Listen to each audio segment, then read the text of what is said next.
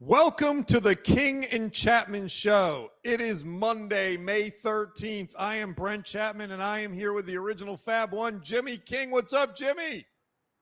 What's up, B? How you doing after this wonderful Mother's Day yesterday? I hope you enjoyed your day with your mom or your wife or significant other or anyone that, classifies as that special woman, aka mother.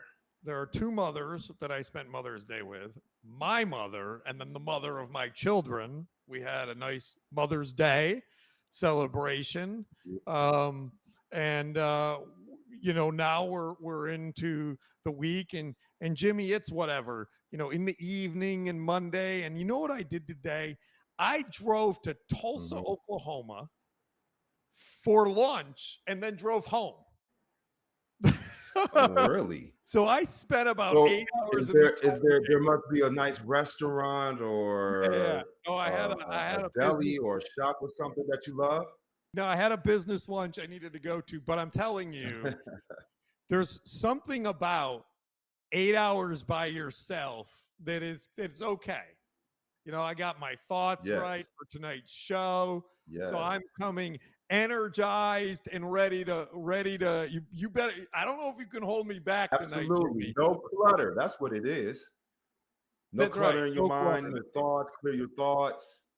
See the nice countryside. Now let me ask you, Jimmy, did you have a good Mother's Day?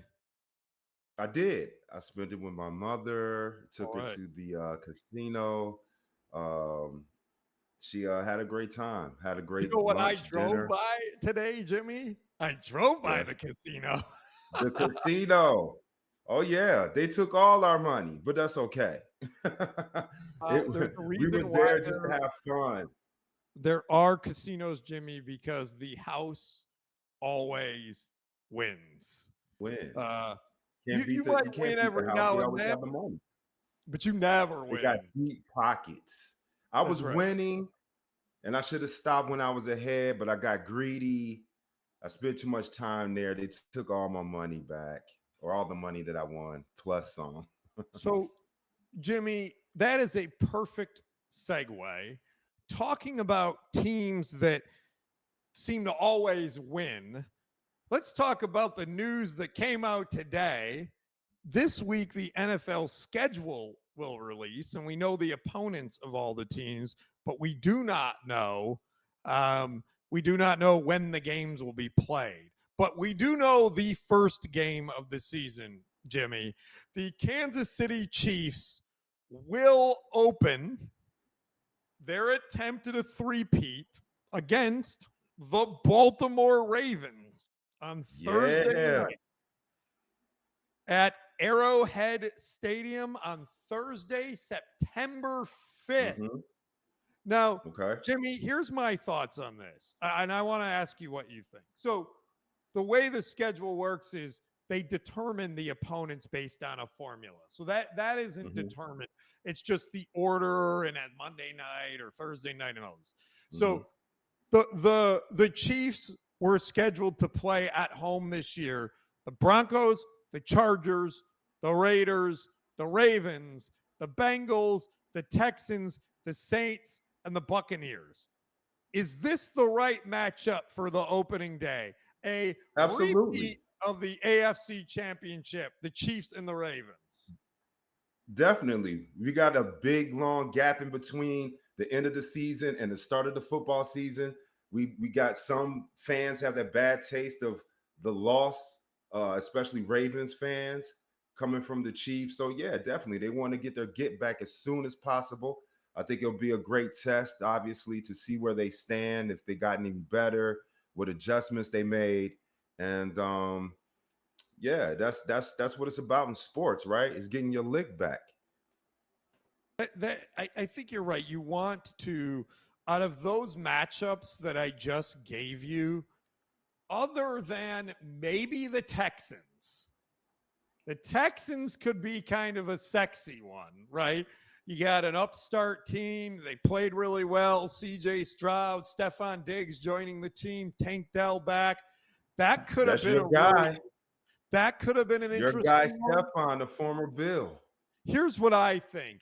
I think they got it wrong. Look, we that was the championship game. We get it. Okay. I think they would have been better served to go with the Texans. Put put a fresh team out there. Put an upstart team out there. Put a team that's exciting to watch. We are all tired of the freaking Chiefs winning. Give us the Chiefs versus a team on the rise like the Texans. I think they got it wrong. I would have gone with the Texans. Well, I don't think that's a bad choice, but I do think that people want to see the rivalry games, the in conference games, and they want to see a little bit again about like, has their team improved? Did the Chiefs regress? Are they resting on their laurels? Are they not focused? Like, I think people want to see the level of that they're at early, and so having those guys match up the first week obviously is going to draw eyeballs too. Yeah, And of course, that's why they the ratings is king in the business of that advertising. that's 100% why they did it. It's all ratings. It's the Yeah. the championship teams from last year in the AFC Championship, and put them on TV in the week one. They probably didn't even put the thought into it that we put into it. We have It's like probably you said, it's automatic. we have The probably formula is automatic. we have spent more time considering this than they did. That is a fact. So Exactly. moving along to basketball, Jimmy. We did a little NFL. We've been basketball heavy recently. Obviously, the NBA playoffs are in. But this weekend was good. When we signed off last, Jimmy, the Mavericks were down 1-0 in this series. And now they are up 2-1. I was worried about Doncic being injured. He has a sprained right knee, a sore left ankle, and he was in pain. But guess what? All that's great if you got Because Kyrie Irving Irving go up in the almost like fourth a doctor. quarter again. 22 points in the fourth quarter again. Beast. And this time, Beast. a floater, a dagger, Lefty. with 39 seconds remaining in front of Chet Holmgren's face. Right over Chet, the runner-up defensive player of the year. So I guess they got it right, or one of the finalists for defensive player of the year. But I mean, Kyrie, again, we talked about it. When you have such a dynamic duo in Kyrie, and that's what happens when you got a guy that can step up and take over the team. Not only did he do it offensively by making a shot, but I think he controlled the pace of the game, being a point guard, getting guys the right shots in their spots, particularly Washington, and kudos to him. He's stepping up too. He's probably the third man or the X factor that you need when you're trying to make a run in the playoffs. Can they keep it going, Jimmy, or is this just they look beat up? They look worn down. It's a long season. I this is know. what you sign up for. This is the NBA, baby. You gotta fight through it. Luka, and listen, they got all the regimens they need. They got the best trainers. They got the best nutritionists. They got the best travel. You know what they don't have? 8 guys against them that are 25 years or younger. I mean, that's like the found a youth playing against them, and I mean they're just. I don't know if they can outlast OKC. I just don't know. I they got legs for days, bro. I just don't know. True. But I'm gonna go with the veterans. I think it's an uphill climb for the upstarts. I think they have one more year that they need to get under their belt, but I could be wrong. And what better thing to see than the attrition, right? Like you just don't know. You don't know who is on top or who's the best team because we thought, Boston was going to sweep Cleveland. Look what they've done. And but again, long season, injury bug. Who knows what's going to happen? Guys got to step up. I got you, and I'm with you. My heart wants the Mavs. My brain says they got to get healthy, but they're not going to be able to outlast SGA. And that Listen, they're gonna give Luca a nice injection. They're gonna wrap him they're up tight. He's gonna be inject ready to go. inject them with everything. Let's go. All right. Next, we're talking about the Celtics, Jimmy. So the Celtics versus the Cavs in Game 3, a clinical defensive effort by Jason Tatum and Jaylen Brown. 106-93 victory, taking a 2-1 lead and capturing Game 3 in Cleveland, despite a spectacular performance by Donovan Mitchell, who we knew would have to have a spectacular performance. And this is also not great news for the Cavaliers, is Mitchell is questionable for the next game because of a calf strain. Are the Celtics back on track to take the East, Jimmy? I believe so. Unfortunately for the Cavaliers, the injury bug seems to be biting Donovan again. And after he's having such a great performance in the playoffs, particularly in this series, it's just a shame that he's not able to stay healthy. But credit to the Celtics. I mean, I think going back the past couple of years, they play better on the road than they do at home. So with that stat being said, it, it's almost like you want to see, or they're the type of team that wants to see the hurdles. Like if it's too smooth sailing, they I guess they let their guard down, they relax, they don't really play to their potential.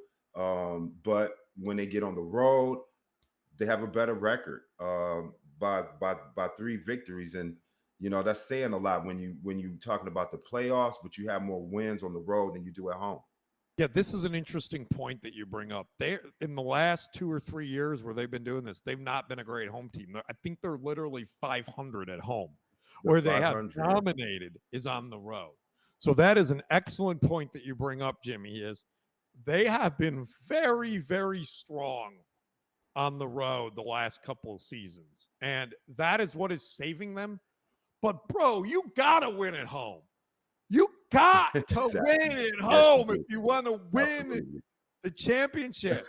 If you're the number 1 seed and you got home field, just win at home.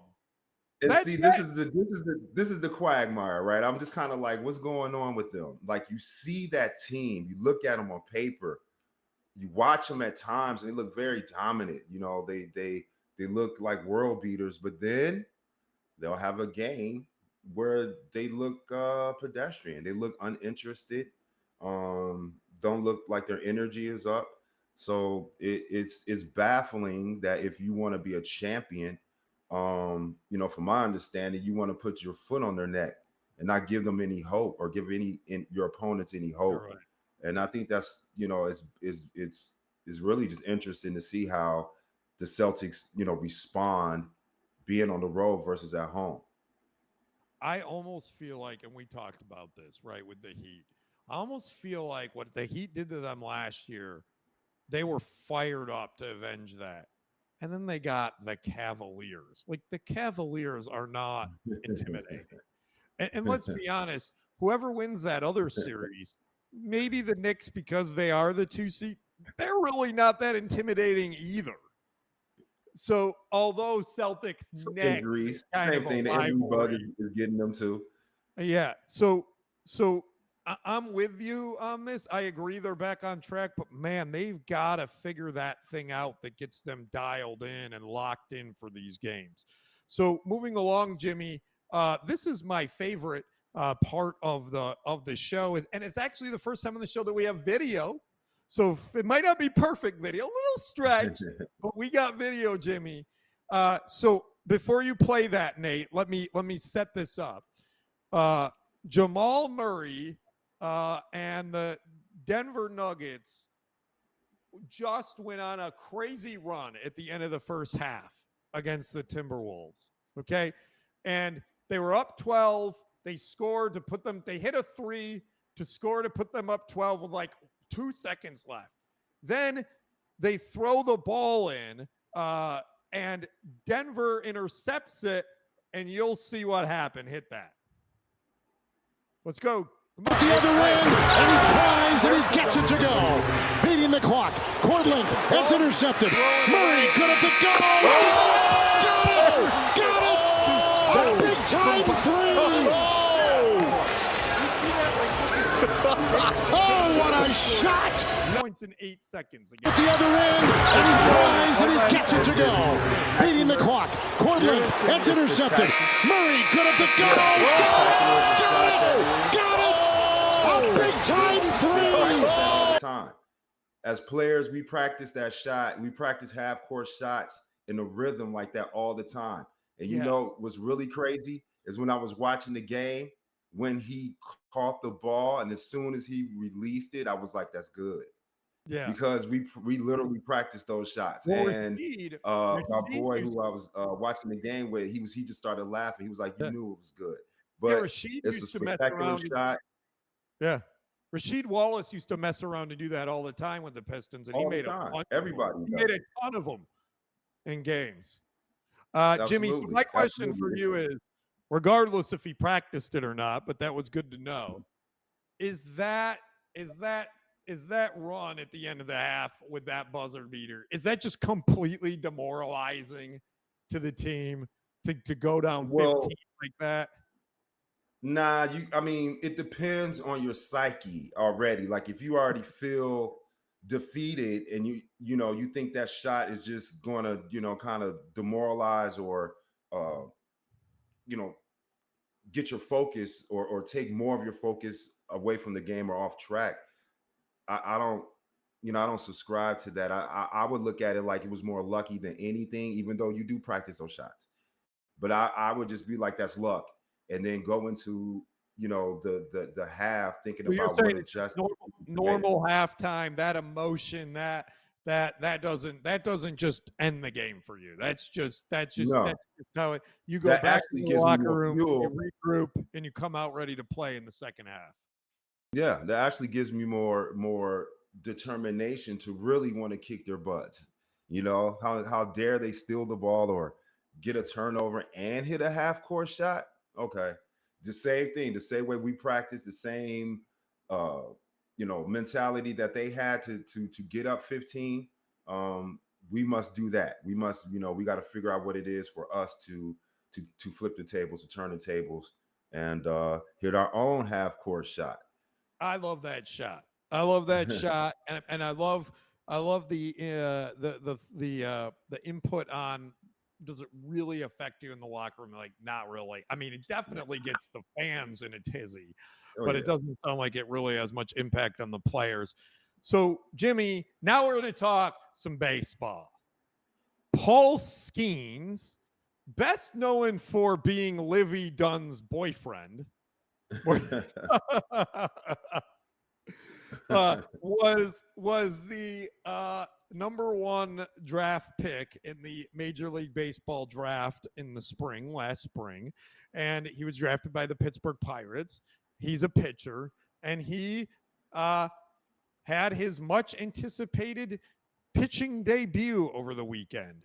And wow, did he shine.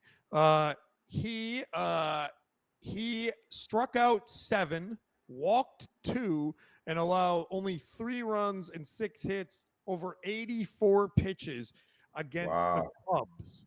Wow. Not a bad start. Now, there was a 2-hour rain delay. so he didn't come back out. The bullpen let the Cubs back in it, and then eventually they fought back and the Pirates won. He didn't get the win because the bullpen blew it, but the Pirates got the win. Are you impressed by the debut by Mr. Dunn, Mr. Livy Dunn? Are you impressed? I'm definitely impressed. Anytime you have a debut and all eyes are on you and the pressure is there, and you go out and perform the way he did, that's kudos to him. You know, he gets a good clap, good cheer for performing and doing your job and not letting the pressure get to you, young man. Even though you call him Mrs. Mr. Livy Dunn. Mr. Livy. Mr. Livy Dunn. So I think that Mr. Livy Dunn throwing 7 strikeouts in your MLB debut is pretty good. And I think that awesome. That should excite a lot of people. He dominated in the College World Series. Yeah, he dominated in the College World Series last year. And I think that this just shows that he's legit and probably going to be a force in the majors for many years to come. So, yes, I am also impressed by this. I don't think it's easy. And it's the Pittsburgh Pirates. Yeah, which are like, I mean, they're the Pittsburgh Pirates, right? All right. The Pittsburgh Pirates are the farm system. Yeah, the Pittsburgh Pirates are the farm system for the Yankees. Paul Skenes will be in a Yankees uniform in 3 years, whenever his first contract ends. Moving along from baseball to a little bit smaller white ball, golf, Jimmy. Rory McIlroy won the Wells Fargo Champ. Where's our picture of Rory, Nate? Rory McIlroy won the Wells Fargo Championship for a record 4th time. Only anybody else has only ever won it twice. And he had another dominating performance, overcoming a 2-stroke deficit to beat Xander Schauffele by 5 shots. Do you think, does this give him the momentum? Can Rory make a run at the PGA Championship, which is around the corner, Jimmy? Absolutely. Rory has been a former #1 golf player in the world for years. He had a little setback, or if you could call it that, and has been playing his way back into, you know, the form that we've known him to be over the past couple of years. And the way that he won this past tournament over Xander Schauffele is incredible. The crazy part about this is that I picked Xander to win the tournament before it started, just because of his name alone. Oh, you did? His name is out cold. I wish I had a name like Xander. Just had to call when you scored? Would you be doing X? Yeah, like every time I make a putt or I just come off the tee, I'll just walk down the fairway like this, like I'm the X-Man. Xander. So I'm impressed, Jimmy, that you were even picking people for golf. Of course. Golf is a great game. Now, Jimmy, this is a perfect time to go right into the last word, because I'm going to give – I had a last word, which I'll do last. But before the last word, I got to tell you, I met Jimmy golfing. Remember that, Jimmy? Many years ago, yes. The first time I met Jimmy was at a golf charity event for the NBA Retired Players Association, and I wasn't golfing, and Jimmy needed a caddy, so I was Jimmy's caddy. That's how we met. Now I will tell you, Jimmy really started to get good around the 6th hour that we were playing. Those shots really took him a little while to warm up. It was my first time out in a long time. No excuses. I got to get my practice time in, get my swing down. But, when I hit it, I can hit it. I just got to play. I just got to play more. Yeah. This is what I heard the entire 6 hours I was driving. Hey, man. Hey, when I play a lot, I'm pretty good. I'm pretty good. All right, Jimmy. Well, Jimmy, you need to play a lot then. Tell me, Jimmy, what do you got? Final thoughts, last word. Final thoughts. The dynamic duo in Luka and Kyrie, I feel are going to get it together, or they've gotten it together. I think that they'll push through the injuries, and I think they'll play off each other. I think the veteran Get it done team tonight, upsets Jimmy? the Thunder. You think they'll get it done tonight in Game 4? Right when we hang up here, we're going to be watching the game. I think the Mavericks. Because of the way they won last game, I think it's Oklahoma has to win this game, especially at home. So I'm gonna go with SGA and company at home. My gut says that Oklahoma is going to even this thing up, but let's be honest. If they can grit it out in this game, they are in the driver's seat. I'm going with Kyrie, one of my favorite Dookies. He's great. Jimmy, I'm going to actually tone it down a little bit, go a little sad moment, but I bring it up for a reason. So former Chargers general manager A.J. Smith passed away on Sunday at the age of 75. He'd been battling prostate cancer for the past 7 years. Oh, so that's just a recommendation. If you're over, 45, go get your prostate exam done. Don't mess around with it. Right, Jimmy? So health advice on the King and Chapman show. So definitely, yes, sir. If you're over 50, is it 40 or 45 that they tell you to go do that now? I don't know. If you're over 45, I think it's 45. Yes. By the way, Jimmy, somebody's birthday is on May 26th, and they might be turning 45. So there might be a special surprise coming in someone's future that he doesn't want.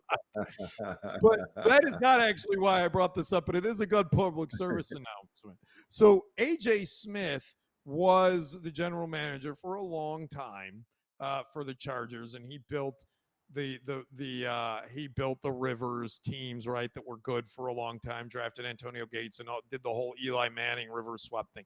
The reason I bring it up is because he was part of the John Butler, Bill Polian, A.J. Smith tandem that built the 90s Bills. He was the director of player personnel for the Bills for 14 years and obviously was instrumental in building our 4 Super Bowls in a row victory. So condolences to the Smith family. He did great things for the city of Buffalo, and sad that he's passed on, but was very blessed for the things that he did for Buffalo and helping us be so successful with his partnership with John Butler and Bill Polian. So that's all I got, Jimmy. I know a little sad ending, but those are important things to talk about. Hey, I know how much you love the Bills. Yeah. I know how much you love your city.